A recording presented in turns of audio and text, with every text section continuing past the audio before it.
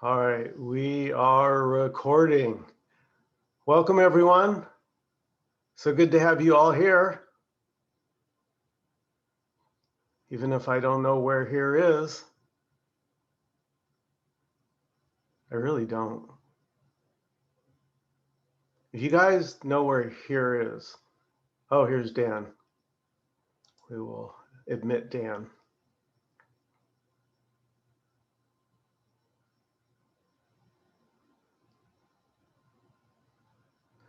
So the message, this message, so simple, very simple. Um, I, I don't know about you, but I've always been drawn to simplicity.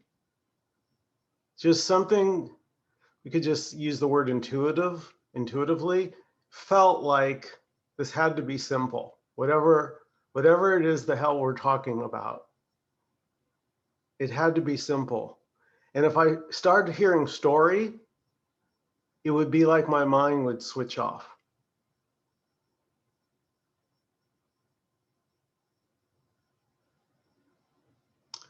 And the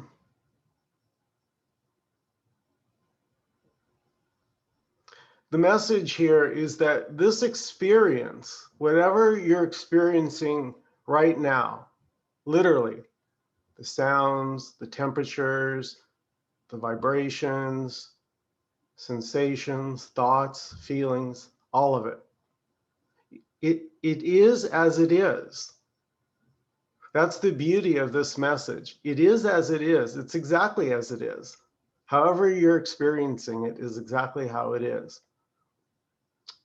It's just not yours.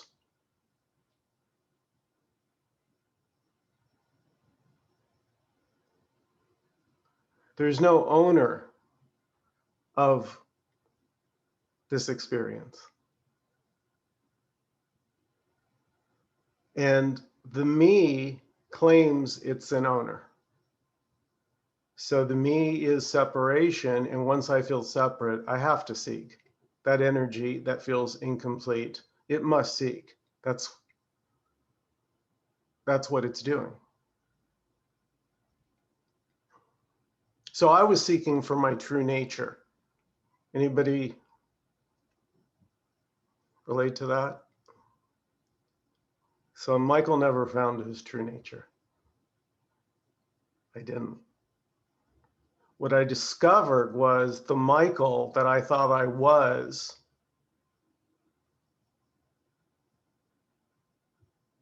it's like a dream, like last night's dream. So life is like a dream. Last night's dream is perfectly fine, but imagine trying to hold on to last night's dream.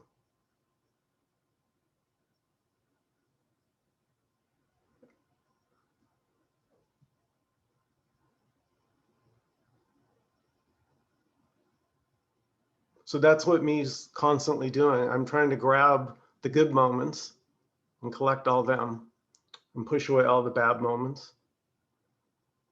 And it never works.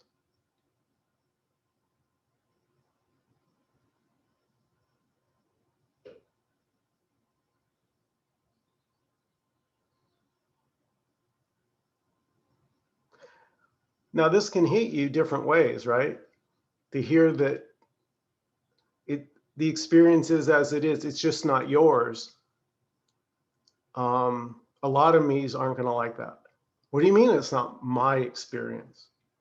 So it'll just reject the message. I would say the vast majority of the population doesn't care about this message. It doesn't. They have no idea. What do you mean there's no me here? I have no idea what you're talking about. But it turns out there's a very small, seemingly, that does resonate. That this moment is free to be as it is. You are the problem.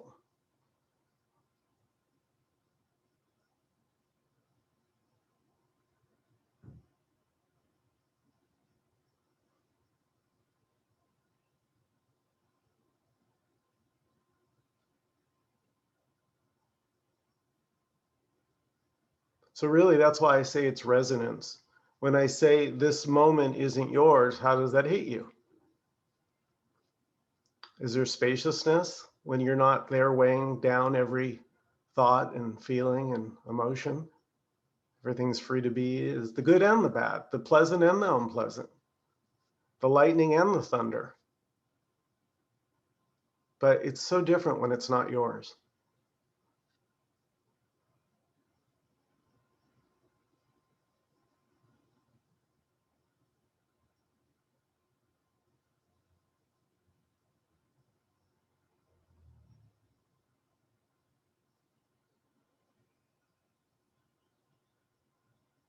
So if anybody has a comment or question, please feel free to unmute and jump in. Michael, so I think Alan sent us or told us about, he's Italian, I think, this guy. Do you know him? I don't know. I watched one of his satsangs that he sent us, and it was really good. And something he said really resonated for me, which was he said, you know, such and such is arising, and it's arising for no one. And I mean, it's so simple. And believe me, it's not, you know, I've heard it from you and Dan a bazillion times, you know, but somehow I guess maybe you guys chipped away enough that there was space for that. And that's been very helpful, because who is it arising for? Yeah. Whatever it is. Right. Yeah. His name is, I believe, Gian. Yeah, something. Yeah. Yeah, I can't. It's like he said, it's like, but yeah, he talks about this. Yeah. So brain optimization. Right. Yeah. He's in Santa Monica. Yeah. He is? I met with him. I don't know if he's still there, Joan, but yeah. Oh, okay.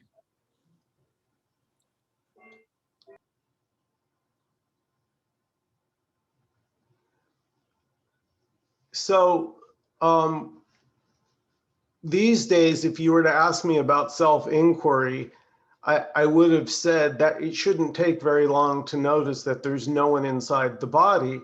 Now, I say that to you with a semi-straight face, and I will admit that I used to lay in bed with a flashlight in my imagination looking for me. And that probably went on for 10 years. So I'm just trying to save you, because it was a waste of, well, there isn't really time, so there was no waste, but it's not necessary. If you can take a look right now in this moment directly, you may notice that my voice is arising, sounds, everything's spontaneously arising, but the added assumption is that it's happening to a me.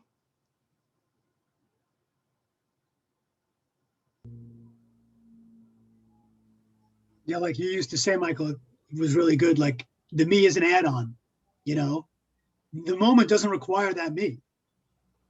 Whatever's happening's happening without that me, really.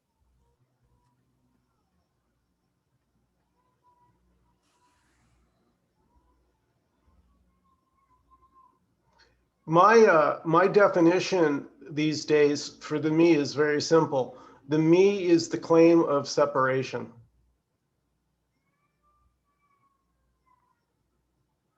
And there is no separation. There's just life. And it doesn't mean that life can't appear to feel separate. Certainly can. But it appears. Real separation is an illusion. What could be separate from life?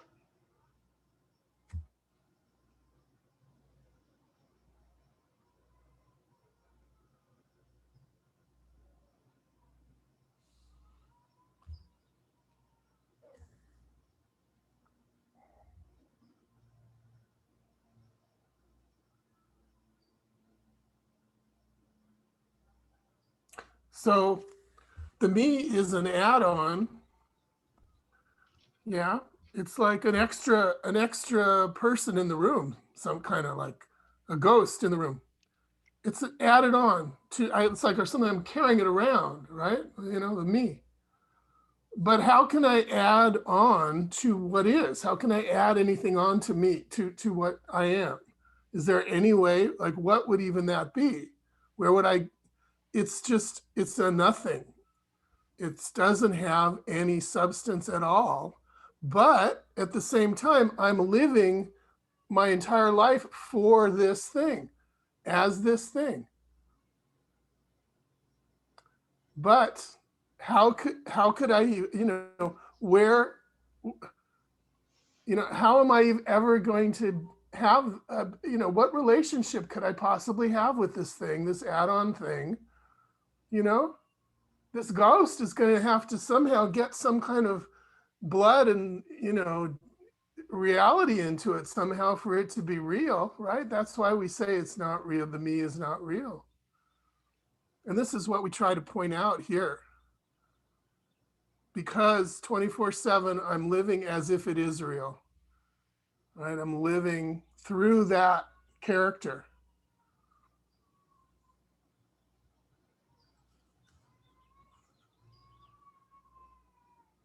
So we're shining a light on the ghost and saying, oh, look, there's nothing there. Really nothing.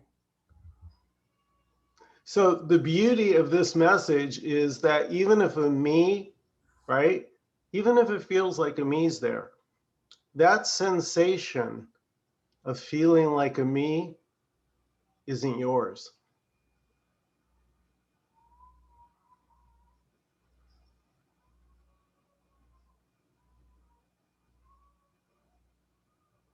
Well, there's no yours, right?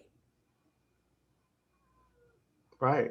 So even the me isn't yours, Right. which is a complete mind fuck.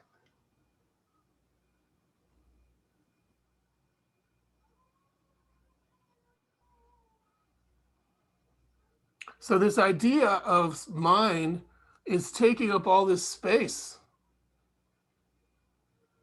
And that's the suffering.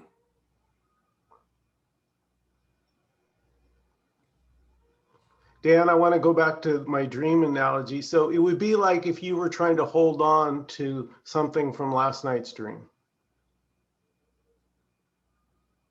Yeah. And the conditioning is such that there's this feeling that I need to hold on to this.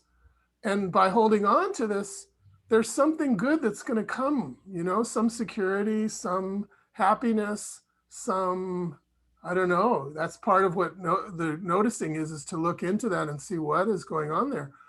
But that there is this kind of activity of holding on because there's a story of, I need to hold on. And holding on is, there's some good reason to do that. Something that I need is going to come from me holding on. And that's what's the lie. Because there's nothing that's good, that whatever is good is already here without holding on.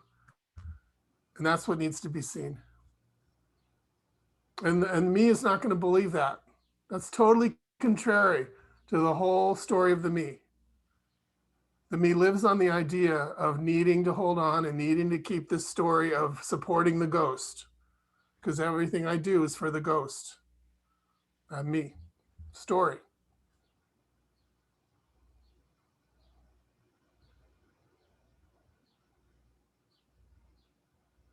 So what is there right here, right now, that we need a me for?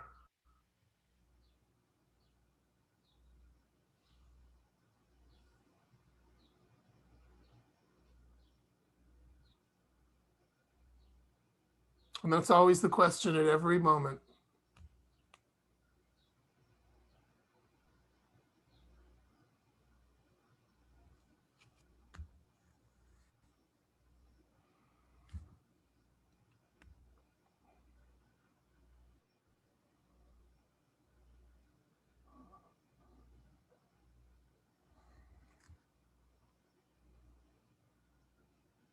And me being some story or some activity that I need to do to keep, to hold up the world, to hold up the space in this, in this, whatever it is, to make it what it is or what it needs to be, whatever.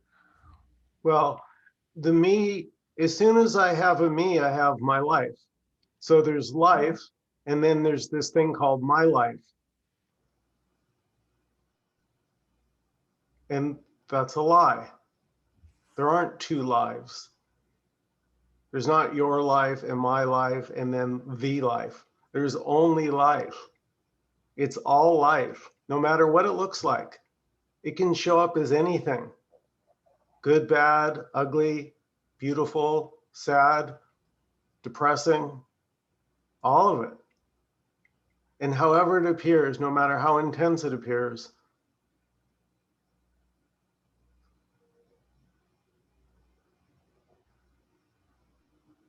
nobody is doing it.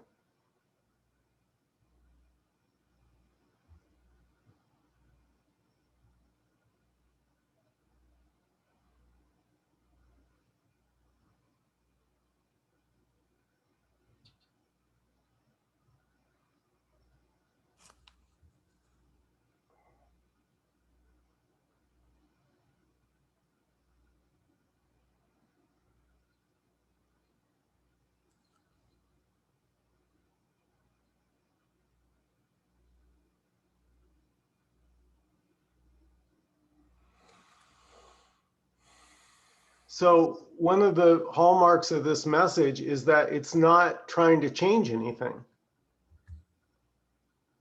That makes it different because every other path is trying to get somewhere better, trying to change something. This is saying nothing about how things are. It's not trying to change it. It's just pointing out, and again, if it resonates, that what you thought was yours, starting with me, right? Isn't that the first thing we claim as ours around 18 months old? So we start to learn our name, we become conditioned. And as soon as me is, that feeling of separation is me. As soon as mama and me, and there's a knowing of something, now I'm in the world of knowledge, duality. And so now I'm trying to build and protect this life, this separative life that I've seemingly gotten involved with. And honestly, I'm not even sure how. Like a dream just appeared upon me.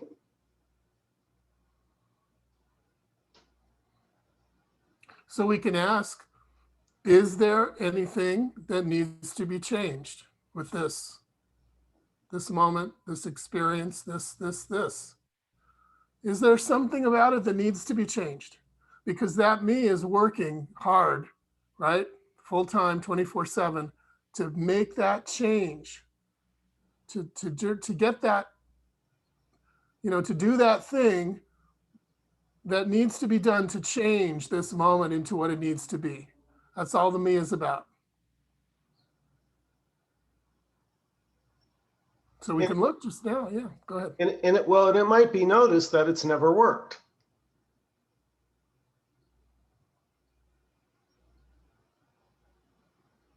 But you can also ask, what is it about this moment that I want to change? That would be better if there was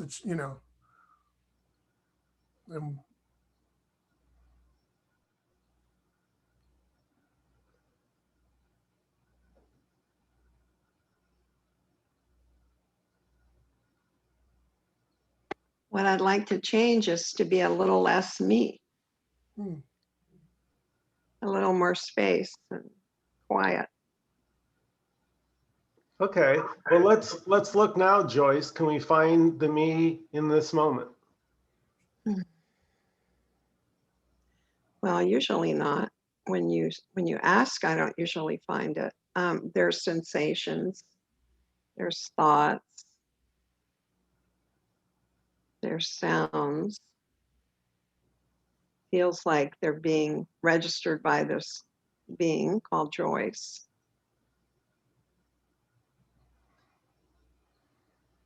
There's sensations that feel like they're inside the body. But any sense of a separate entity, a little Joyce, a little homunculus inside your body? Or is there just blood and guts and bone and, like that? Yeah, there's that and animation and senses. Yeah, but how about a separate person? That's all we're looking for. No. The me is a claim of separation. So That's There's only a feeling of a separate person when the thoughts begin to become prevalent and start to take over. Then it feels like there's a split. okay. But how about let's just stay with right now? How about Right in this moment?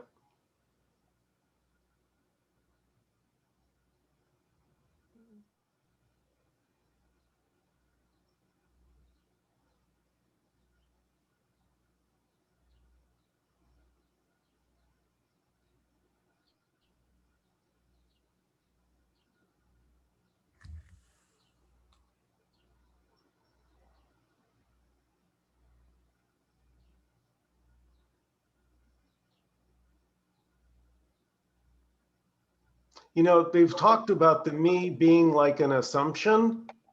So the experience of it is not that there was ever actually a me there. It's this energetic assumption. The best analogy I've heard is it's not an addition, it's a subtraction. And the analogy I heard was it would be like somebody has been standing on your foot your whole life and you were so used to it. It wasn't until they took their foot off your foot that you realize how much stress and pressure have been there that you weren't aware of. Michael, I love that word that Paul Hederman, our friend, uses, that presupposition. Yeah. It's a presupposition. I think it's Ramana Maharshi. Presupposition of a non-existent thing. That's the whole thing. You're presupposing.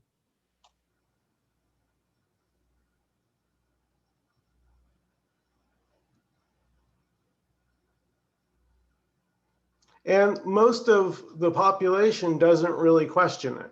So it's kind of the rare, dare I say, odd bird that, for me, the way I languaged it was I said, I smelled a rat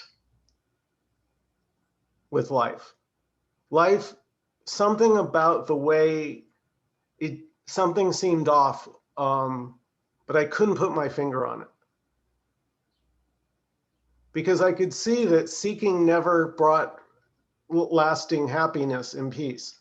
It temporary, but it always wore off. That's what I noticed. That's what all experiences have in common.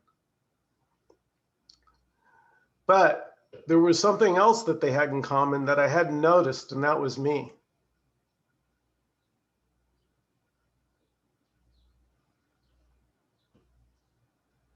You would never suspect you is the problem.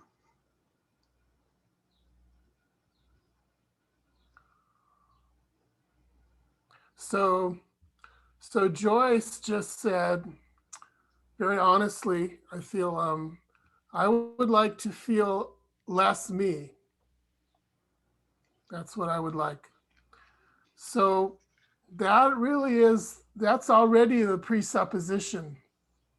This thing is very subtle and very insidious, because the idea of less me is totally the idea of the me. There is no less me. There's no more me. There isn't any me. But the me, of course, so we can recognize the me right there, because the me feels, geez, if we could just get a little bit of less me, just, or, if I could feel it, because it has a version of what this moment would be, it's instantly made a whole paint, oil painting or whatever. So, but catching that, noticing that, because there's no need. Only the me has this need, and then it'll say what I need and how I can get it. And that's the suffering. That's the suffering activity. Yeah, it appears that there's the me as background and there's space as foreground, and then they switch places. That's what I was referring to. Like there's a sense of talking and thoughts and an egoic voice and space in the background. And then there's a lot more space. Certainly searching for the me, looking for the me creates a felt sense of more space. And the me is kind of in the background. It's rare that it isn't sensed somewhere. But there's three me's in that equation, right? What? There's three me's in your equation. I would like to feel less me. Yeah, So there's the less me, there's the more me, or me. and then there's the I that experiences the less me or more me. Right. And that I that experiences the less me or more me might not exist either, but I think it's that witnessing experience can certainly dilute those other me's you're talking about. But Joyce, do you notice how that feeling of the me is just a feeling and not my feeling? Sometimes. Yeah. Yeah. It's kind of like it zooms in and out. Does that make sense, Joyce? Yeah, that's kind of what I'm talking about. It appears that way. Yeah, I feel that way too. It comes and goes in waves. And then I sit there and go, I don't know how I manifested this. I don't know how this happened. And I wish I wasn't identifying with all of it, and it just comes and goes. Yeah. But do you, Joan, do you come and go? Where are you when this? Something does, because something gets constricted and tight, and I can feel it in my body. And then when I'm just present with what I'm doing, then that's not there. But it's the thinking part that is, So, I see the thoughts, Joan- I mean, like Joyce. Joan, the message here, though, take this in, everyone, is you're not doing any of that. Not the coming, not the going, even if it feels like it. That's just what's happening. So the experience, that's the beauty. That's what I love about this message, is it doesn't exclude anything. So if you're on the floor writhing in pain, acute abdominal pain, or you're having an orgasm, those are both experiences, and neither one of them require a me.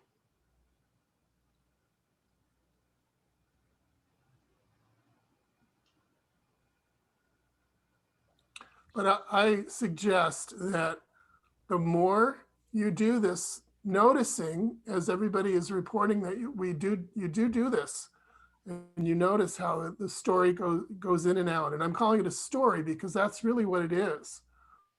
And right now we can call it a story, and it's hard to really get a handle on what that even means.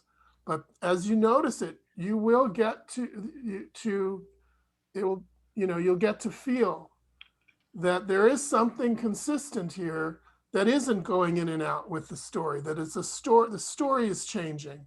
And there's a story of a Joan who's getting grasped by the feeling and then loosen and free and contracting and all that, coming in and out.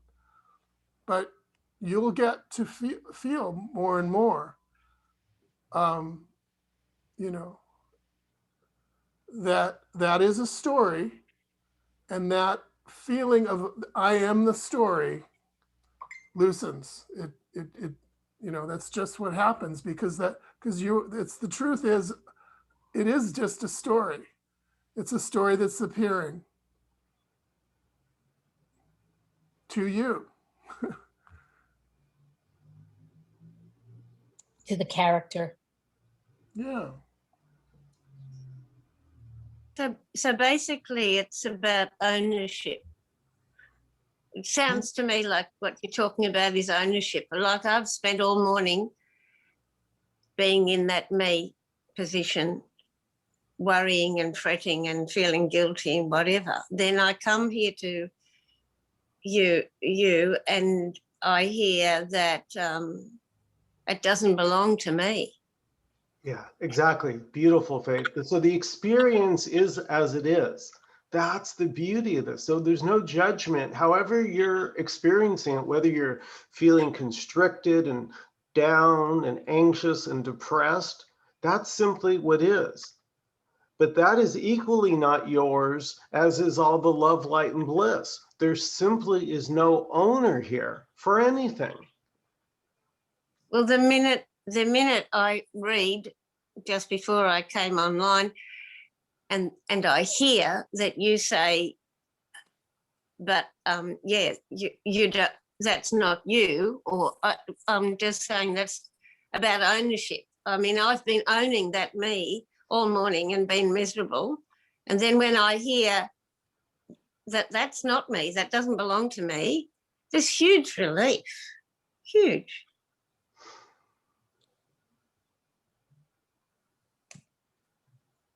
The only thing it could belong to, the only one that could own it, that it could belong to, is Faith. And Faith is part of the story. She's only in that story. There is no Faith.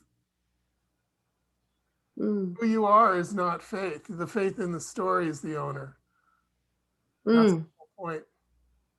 And that's what's being missed. That subtle little thing. Because you're still here. With all the stories coming and going, there's something here that's not in the story. You're right here, right now.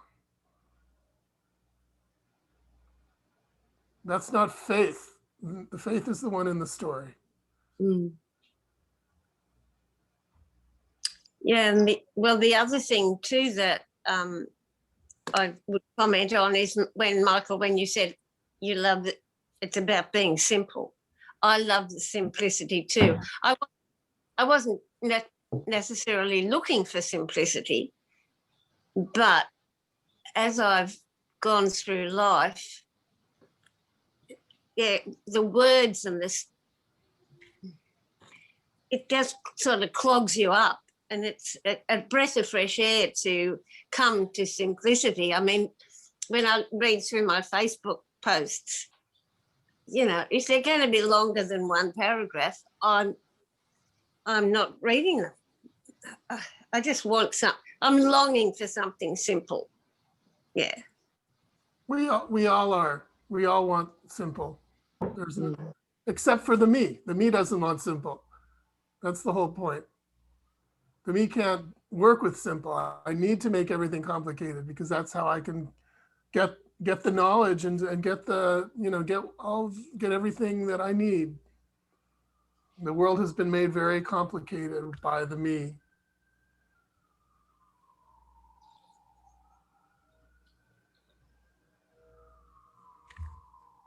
Life is simple. Reality is simple. You ever hear Kiss? Keep it simple, stupid.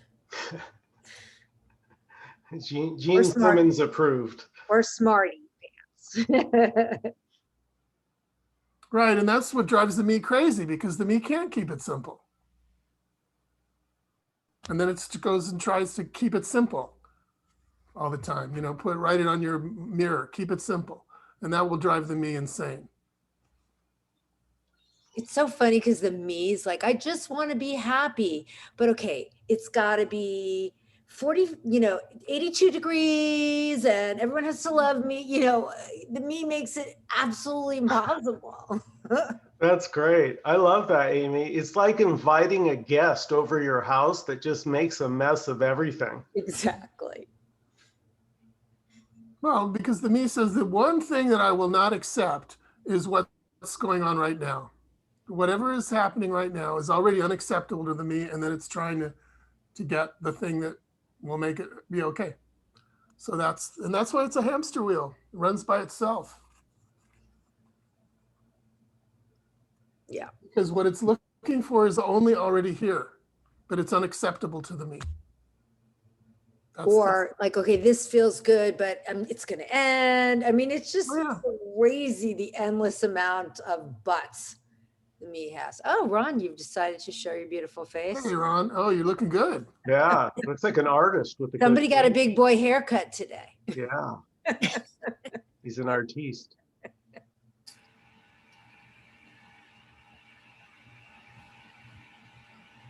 So the freedom is already the case.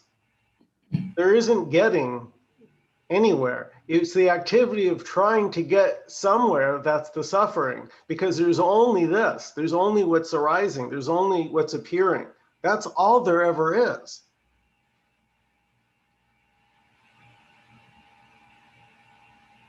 Now, Dan was pointing to something here that doesn't change. So the way I would say it is, this is the changeless in which change appears to happen.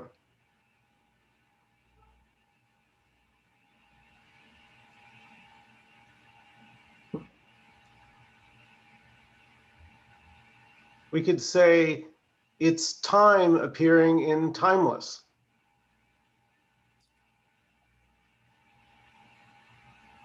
Or the story appearing in no story. Because what is right now doesn't have a story. Life doesn't have any story. It doesn't need a story. It just is. It is whatever it is. So a banana is just a banana. There's no story about the banana. But humans, with our powerful, sophisticated minds, have the ability to fantasize and imagine. And we've imagined and fantasized our own separate existence. And that's the suffering.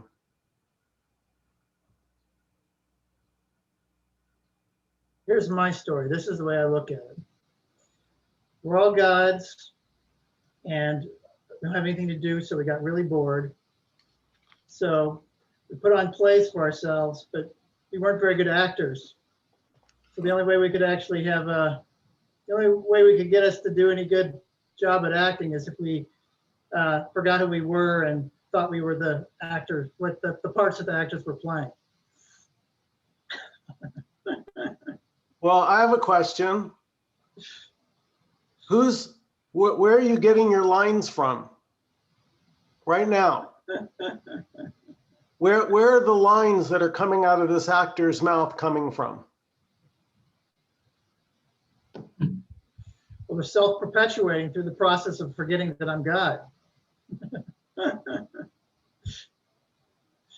But I don't know where these lines are coming from. To say they're coming from God, that's just an idea. That's a concept. I don't know where these words are coming from. And look, here they are. So yeah, Charles, that's good. And I mean, it's kind of fun to do that, right? To be the actor.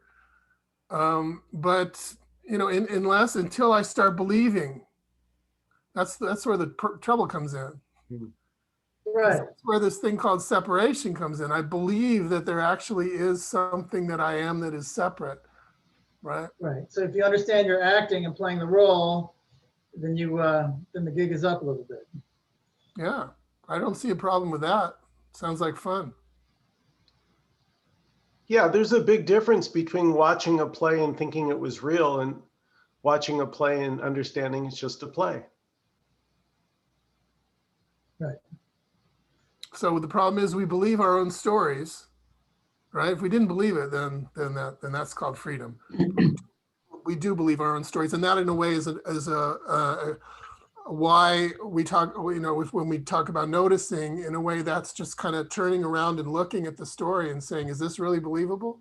Or see what it is that I'm believing first of all, and then, you know, the more I notice it, the more the falseness of it starts to become obvious.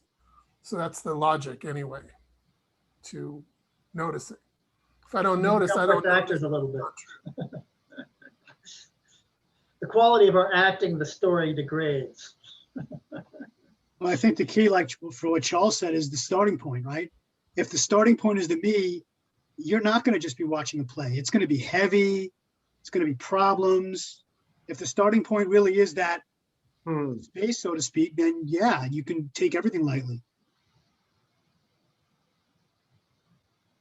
It's actually more freeing watching the play because then you can really see, if I'm a spiritual me and the bad guy, does something wrong, I might feel guilty for judging him, right? Because I'm spiritual and I'm not supposed to judge.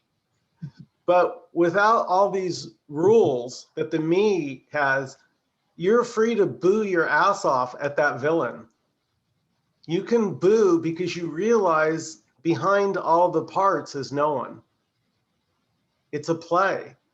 This is just spontaneous, and it has everything. So some of the play can be tragic. There is pain. We're not denying there is suffering.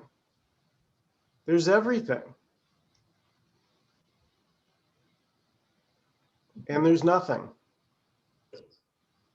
And Michael, there's something I'm using that's very helpful along these lines, I think, which is that, I'm not blaming if I did something wrong, if I hurt someone, if I didn't buy the right stock or whatever, I'm not taking any blame for doing anything wrong because I didn't do it.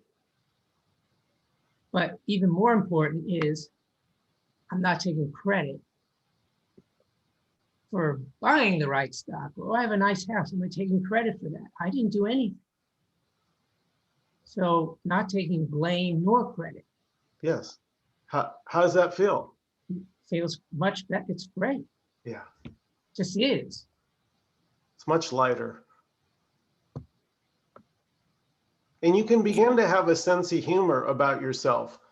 When it's all heavy and very important, you can feel the weight on, the character to make the right decision. It's all very serious. It's not fun and light, but without you there, whatever seems to need to happen will happen and get taken care of, and it'll go however it goes. But there won't be a sense that it should be some other way. And as Dan was pointing out, the me always wants it some other way. Not this, but this is the only thing that there is. You see the problem? If I don't want this, and this is all that ever is, how do you not suffer?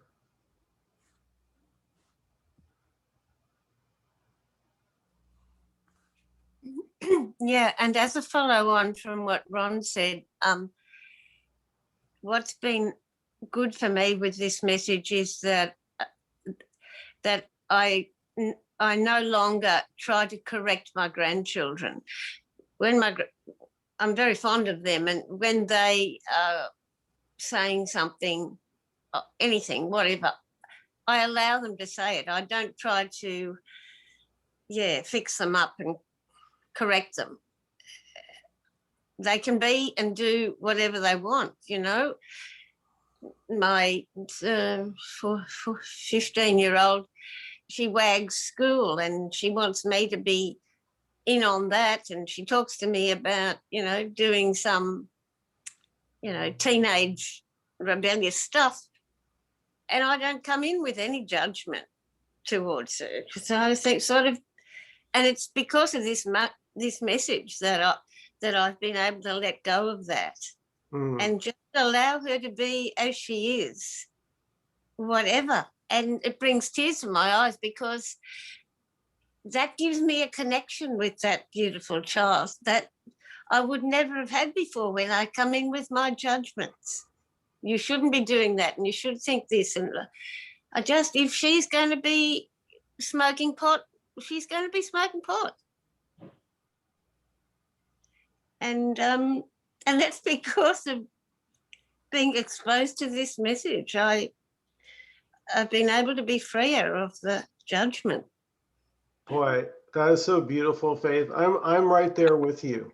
I've noticed that too. There's something in here that there's now emptiness that I would, and this is story, but I would say the place where there used to be judgment about what other people are saying seems like it's replaced by emptiness now. So whatever people say is just fine. There's not that there's somebody saying it wrong. There's just like an emptiness here that. Yeah.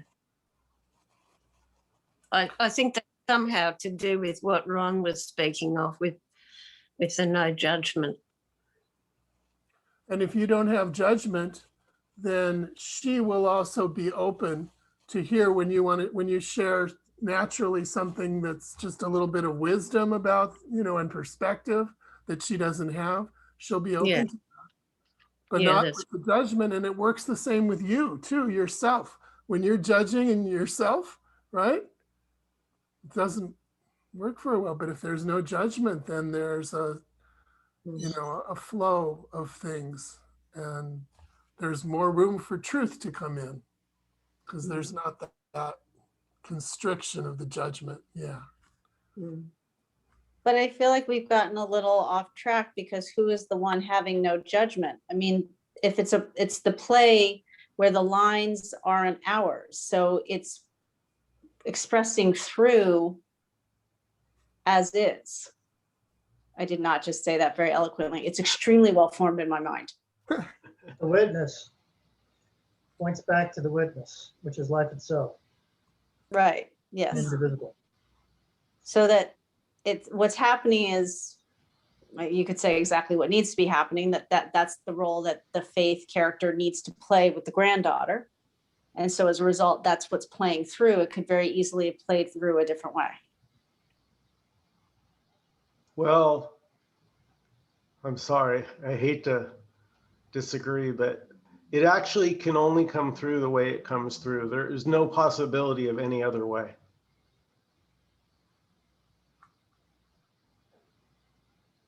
Okay, good point taken. But my point being, there is no faith doing that. It's not like faith doesn't have judgment. It's that no judgment is coming through her.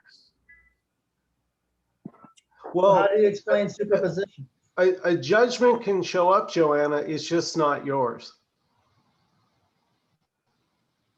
That's the freedom of this message. You're not trying to see, that was one of the traps with the spiritual path that I found was, oh, I shouldn't be thinking these ill thoughts about my neighbor because I'm spiritual. Bullshit. An ill thought appeared. What are you going to do? It's already there. This is so free not to deny that. We're not disagreeing. I'm just saying, I was pointing to the fact that that what's coming through her is no judgment instead of judgment. It could have, maybe I'm not saying it right, but we're not disagreeing. Like, I'm saying the same thing you are. Okay, sure. And that's a good point. Make this work for you. Put it in your terms, use words that resonate for you, because that's all that matters.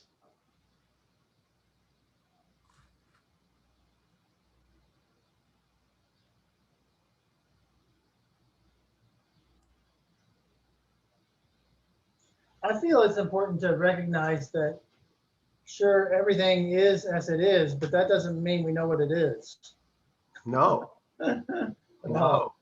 No, I don't know. things can be more than one place at once.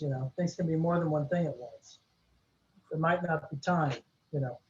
There's all sorts of things.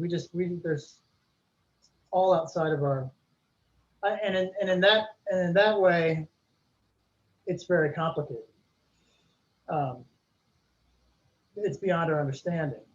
No matter what, it's beyond our understanding. No matter what our story is, it's beyond our understanding.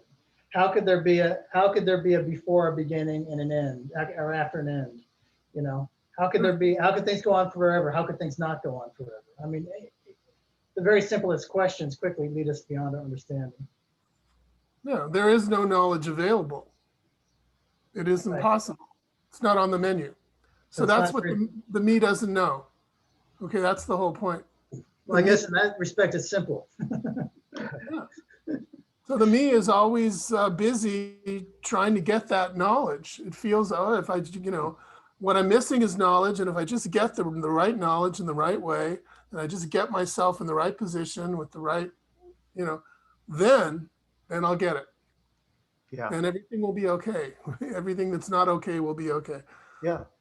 So it's tied to knowledge. It brings, that's the whole thing. So the simple message is it's not on the menu. Yeah. So you go ahead and tell the me that, that's what it doesn't hear. So that's where we have to. So the me is waiting to get its ducks in a row. It's waiting. You can actually feel it. The me is the activity of needing, and Jim Newman talks about this. The me is the activity and I think we can all relate, right? Of needing something to happen. I can't just sit here and be okay as a me. I need something to happen or I quickly get bored. Faith? Oh, no, I don't know. I don't, I don't know why my brain's gone like that. I wasn't particularly going to say anything except that when you talk about that, I sometimes when I'm troubled about something and I think, yeah, I've got to work that out. I've got to work that out. I can say to, I can somehow, there's a bit more freedom to say, well, I don't know. Yeah. And leave it at that. Somehow, Yeah. sometimes, not Yeah. all the time. Don't get too excited. Sometimes I can leave it at I don't know. That's a miracle. That's so I great. usually teach mantras here, but that's a good one. Yeah. You could do worse than I don't know, even if it's a me saying it, because the me, you know, the whole thing is, again, the me knows, and the first thing the me knows is that it exists.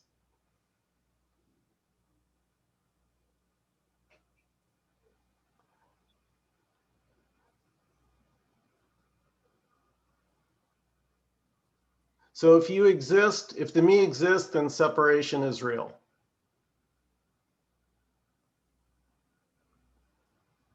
Good points. Like once the me believes that it exists, everything that flows from that is you're gone. Yeah, right? What choice do I have, Corey, except to try and make my story better? No, the me is a master magician, you know, just believe in the story and it takes over reality. Seems to, you know, it appears to, like magic. Any last comments or question before we close out this evening? Well, I'm just thinking then, is the challenge for me, to just be on the watch for when I hook into the me identity? Is that what it's about? I would say start from right now. Can you find a me right now? No. But when I'm bombarded by thoughts or something. I know, but stop. Come back here. You just left. Yeah. See, Yeah. you guys see what happened? And that's all of us. When Faith went to story, she said, okay, yeah, that's fine now, Michael, here at this meeting. But when I get out, no. See, you've already left the piece that passes all understanding and you're already in story. But look how quickly we're so conditioned. But so it's a matter of bring oneself back to that. Well, because the thing you were talking about doesn't exist. All that is just this. Yeah, yeah. The simplicity of what is. Yeah. And like you were saying, Charles, we don't know what is, but the me pretends.